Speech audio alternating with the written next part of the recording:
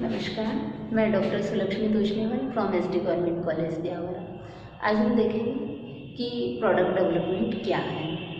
तो generally product development से अनुमान लगाया जाता है कि जब भी कोई नया प्रोडक्ट मार्केट में लाया जाता है, उसका डेवलपमेंट किया जाता है, तो उसको अपन प्रोडक्ट डेवलपमेंट के नाम से जानते हैं। तो उसके लिए क्या कार्य किया जाए, तो कुल मिलाकर के अपन कह सकते हैं कि product development is a strategy, कि उसको जो वर्तमान बाज़ार है उसके जो एक्सपेक्टेशंस हैं उसके अकॉर्डिंग उस प्रोडक्ट को किस रूप में, किस तरह से, किस समय बाज़ार में प्रस्तुत करना है। तो इस सारी जो प्रोसीडिंग होती है, तो इसको करने के लिए जो कार्य किया जाता है उसको अपन प्रोडक्ट डेवलपमेंट के नाम से जानते हैं। तो अब अपन देखेंगे कि जो प्रोडक्ट डेवलपमेंट किया जाता है, तो इसकी सफलता हो, तो इसकी सफलता के लिए अपन ने देखा कि वो पक्षकार एक निश्चित प्रोसेस से चलता है और उसको सर्टेन तरीके से जब वो काम करता है, तो उस प्रोडक्ट को डेवलप करने की उसकी जो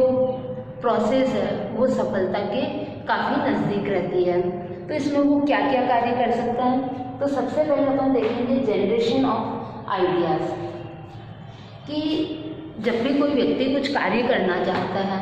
तो उसके सामने सबसे पहले कुछ विचार आते हैं, तो वो उन विचारों पर कार्य करता है। अब विचार किस रूप में आ सकते हैं उसके सामने,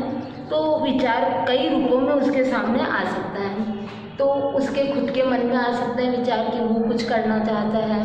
तो वो उस नई चीज़ को सामने लाने के लिए कार्य कर सकता है। कई बार जो कस्टमर्स आते हैं शॉप पर, तो वो कस्टमर्स अपनी कुछ जो उनकी नीड्स है उसको उसके सामने वो प्रस्तुत करते हैं। तो जो वो कस्टमर की जो इच्छाएं हैं, तो उन इच्छाओं को पूरा करने के लिए वो कोई नया प्रोडक्ट ला सकता है। इसी तरह से कुछ जो विक्रय करता है वो अपनी बात की कस्टमर्स क्या चाहते हैं, उनको किस चीज़ की कमी लग रही है, उसके लिए कार्य कर सकते हैं। जो कर्मचारी है, जो मैनेजर्स हैं, तो वो किसी न किसी रूप में अपनी बात को बताते रहते हैं। और जनरली जो बड़े कंसर्न्स होता है उसमें रिसर्च एंड डेवलपमेंट डिपार्टमेंट बना हुआ रहता है, तो उसका कार्य यही है कि वो रिसर्च करता रहता है कि उसे कौन सा रॉ मटेरियल वो नया लॉन्च कर सकता है जिससे कि उसका प्रोडक्ट ज़्यादा अच्छा हो, और कौन सी टेक्नोलॉजी को वो अप्लाई कर सकता है कि जिससे उसकी कॉस्टिंग भी कम आ जाए और वो प्रोडक्ट भी ज़्यादा उपयोगी हो जाए। तो इस तरह से ये जो R&D डिपार्टमेंट है वो भी इस क्षेत्र में बहुत बड़ा कार्य करता है। इसी तरह से जो कॉम्पिटिटिव जो इंस्टीट्यूशंस हैं, तो उनके द्वारा जो कार्य किया जा रहा है, तो उनसे वो कैसे आगे बढ़ सकता है, उनको किस तरह से वो डिफीट दे सकता है, तो उसके लिए वो अपना कुछ नया लाना चाहता है। तो इस तरह से बहुत सारी चीज़ें हैं जो कि उसको एक्सटर्नल एनवायरनमेंट से मिलती है, और उस बाह्य वातावरण का जब वो अच्छी तरह से स्टडी करता है तो उसको सामने उसको कई सारी अपॉर्चुनिटीज़ दिखती है, और उन अपॉर्चुनिटीज़ को वो एक जगह कलेक्ट करता है, और कलेक्ट करके फिर अपन आता है सेकेंड स्टेप पे, स्क्रीनिंग ऑफ आइडियाज़। जब उसके सामने अपॉर्चुनिटीज़ आ गई, तो अब वो एक एक जो अपॉर्चुनिटीज़ है, या मतलब जो आइडियाज़ उसके सामने आए हैं,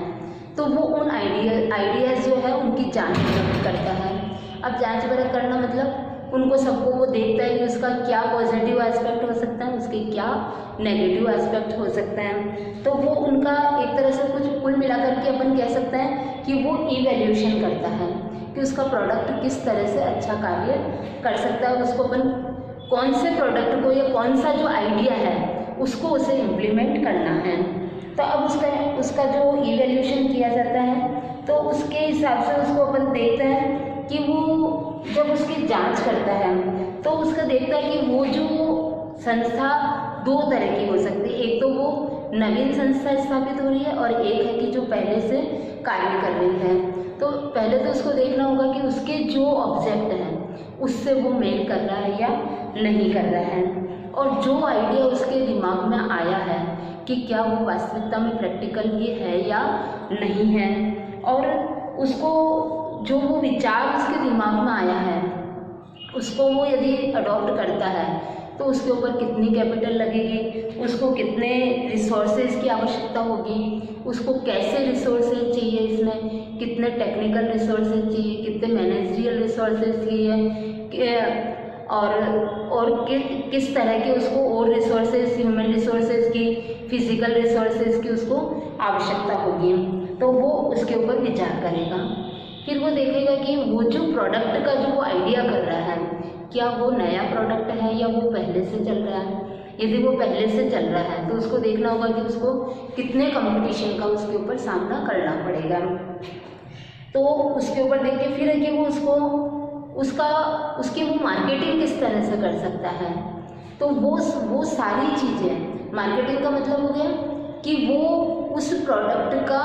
प्रोडक्शन से पहले से लेकर के उसकी सेलिंग के बाद तक की जितनी भी एक्टिविटीज़ है, सारी चीज़ें मार्केटिंग में इंक्लूड होती है। तो वो उन सब पे विचार करेगा कि वास्तविकता में ये प्रोडक्ट उसके अडॉप्ट करने लायक है या नहीं, वो इस प्रोडक्ट पर विचार कर सकता है या नहीं कर सकता है। तो इस तरह से अपन ने देखा कि उसने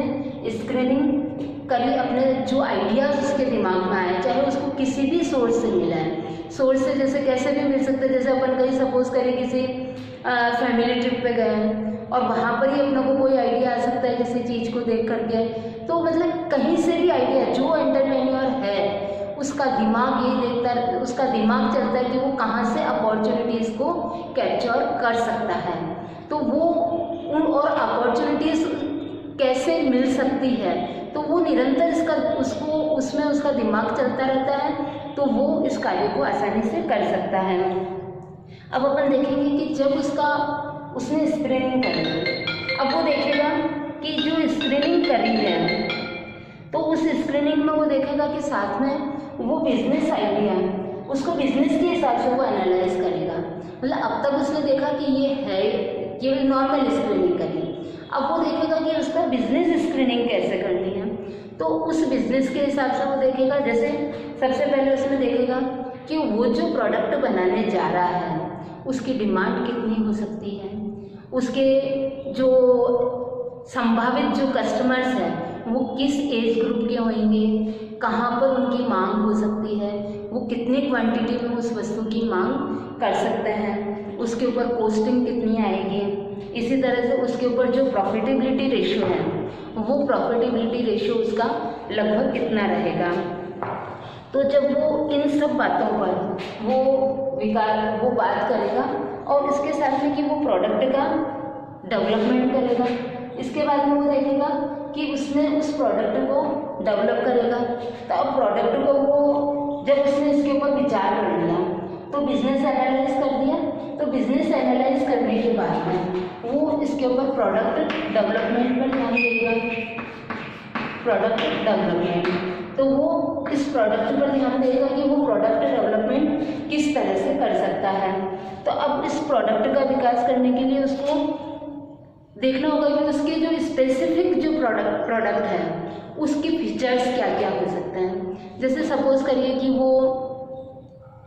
जो प्लास्टिक को रीसाइकल इंडस्ट्री स्थापित कर रहा है, तो जो प्लास्टिक की रीसाइकल इंडस्ट्री स्थापित कर रहा है, तो सबसे पहले उसको देखना होगा कि उसको जो रीसाइकलिंग के लिए जो रॉ मटेरियल है, मतलब जो कचरा है, पुराना जो प्लास्टिक है, वो उसको सबसे ज़्यादा कहाँ से मिल सकता है, कितना मिल सकता है और किस तरह का उसको प्लास्टिक मिलेगा। तो ये सारी चीज़ें वो देखेगा। फिर है कि वो इससे क्या बना सकता है, तो वो प्लास्टिक में कि वो केवल उसके लिए उस प्लास्टिक के केवल उसको प्रोसेसिंग करके उसको रॉ मटेरियल के रूप में तैयार करेगा या उसके फिनिश्ड गुड्स भी वो ही बनाएगा। तो ये उसे प्रोडक्ट की जैसे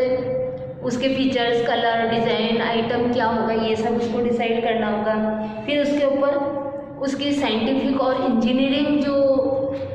एक्टिविटीज़ है वो क्या क्या होगी, मतलब उसको मशीनरी वगैरह किस तरह की चाहिए उसको देखेगा। अब जब वो ये सारा देख लेगा और उसकी एक मार्केटिंग मिक्स डिसाइड करेगा, तो मार्केटिंग मिक्स वो डिसाइड करेगा। तो मैंने आपको पहले भी बताया था कि प्रोडक्ट, प्राइस, प्लेस और प्रमोशन, कि वो किस रूप में, प्रोडक्ट के फीचर्स क्या होंगे, उसकी प्राइस क्या होगी,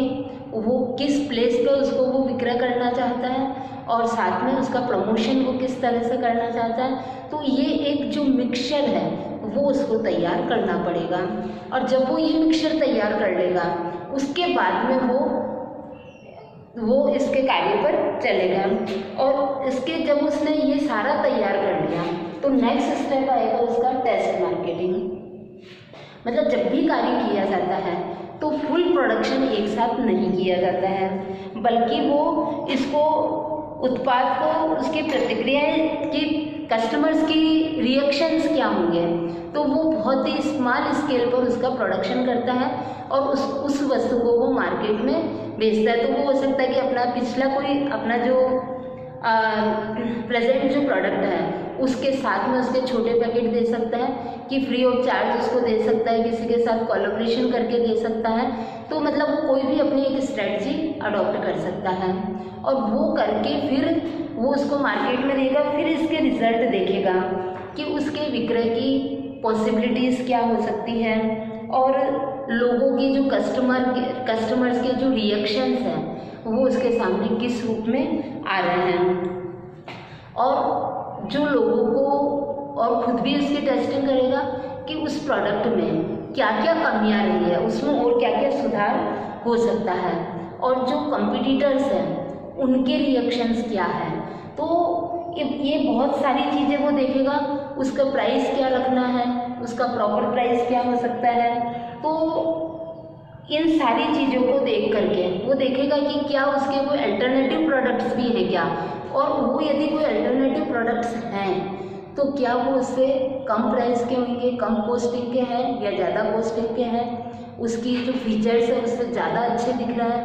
तो इन सब बातों पर वो विचार करेगा, और जब वो उसको लगेगा कि टेस्ट मार्केटिंग में उसका प्रोडक्ट बहुत अच्छा चल रहा है, तो टेस्ट मार्केटिंग में यदि उसका प्रोडक्ट अच्छा चल रहा है तो उसके बाद में वो डिसीजन लेगा कि प्रोडक्ट का कॉमर्शियलाइजेशन कर देगा। अब कॉमर्शियलाइजेशन का मतलब हो गया कि उसको फुल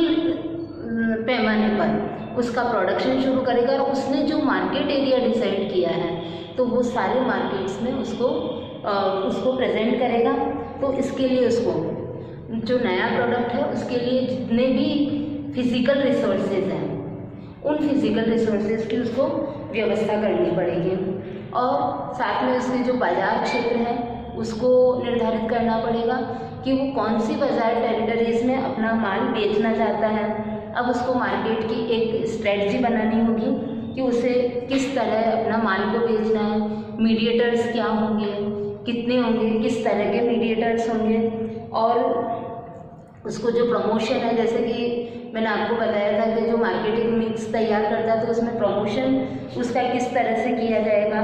और उसका जो सेल्स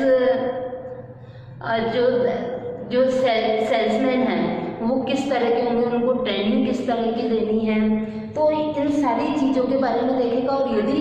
उसको अपना कोई पेटेंट लेना है, उसको कोई उसका ब्रांड नेम देना है, तो ट्रेडमार्क लेना, तो इन सब के लिए उनका रजिस्ट्रेशन कराना, इन सब के लिए वो कोई भी कार्यवाही करेगा, और इस तरह से उनके स्टोरेज की और ग्राहकों को सुगम सुविधा हो जाए, मीडिएटर्स को आसानी से वो माल मिल जाए, तो इन सब के लिए वो कार्य करेगा। तो ये अपन ने देखा कि जो प्रोडक्ट डेवलपमेंट किया जाता है तो उस प्रोडक्ट डेवलपमेंट के अंतर्गत अपन ने देखा कि वो अलग अलग तरीक़ों से कार्य करते हुए उस कार्य को वो ज़्यादा अच्छी तरह से स्टेप बाय स्टेप करते हुए वो उसके ऊपर कार्य करता है। तो इस तरह से अपन ने देखा कि उसका कार्य ज़्यादा अच्छा हो सकता है। Thank you.